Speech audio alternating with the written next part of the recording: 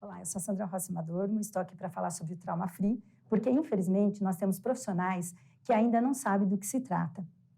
Trauma Free é um movimento internacional liderado pela Associação Internacional das Escolas de Natação, que tem uma postura forte e fundamentada na ciência sobre técnicas de ensino forçadas utilizadas por métodos de sobrevivência, que visam tornar a criança mais segura. O objetivo deste movimento é conscientizar, aumentar a consciência dos pais, em geral, sobre esses métodos forçados. Isso é muito importante para que tenhamos essa consciência cada vez mais para os pais que este método não vai fazer a criança feliz e nem realmente torná-la mais segura. Porém, também existe outra vertente menos percebida, que o trauma não surge somente por questões forçadas, mas por descuido, por um profissional, infelizmente, às vezes mal preparado, ou por não saber lidar com situações de estresse para as crianças.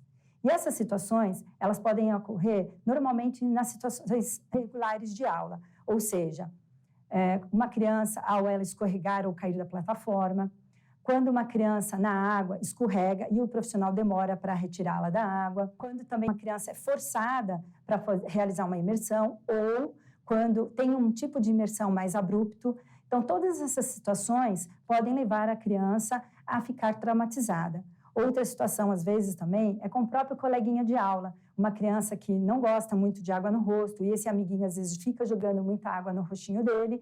Essa situação pode fazer com que ele tenha um desconforto e isso marque ele na aula e ele não queira voltar. Então, todas essas situações, o profissional deve estar bem preparado para que a gente consiga orientar os pais também a como agir com essas crianças. Outro alerta é com relação aos pais nos finais de semana. Infelizmente, alguns pais fazem uma situação onde a criança é forçada a mergulhar ou realizar atividades que ela não queira fazer. Essa situação pode ativar o sistema de alerta da criança, ou seja, o sistema límbico. E aí, o que passaria apenas como uma situação desprazerosa pode se tornar um trauma.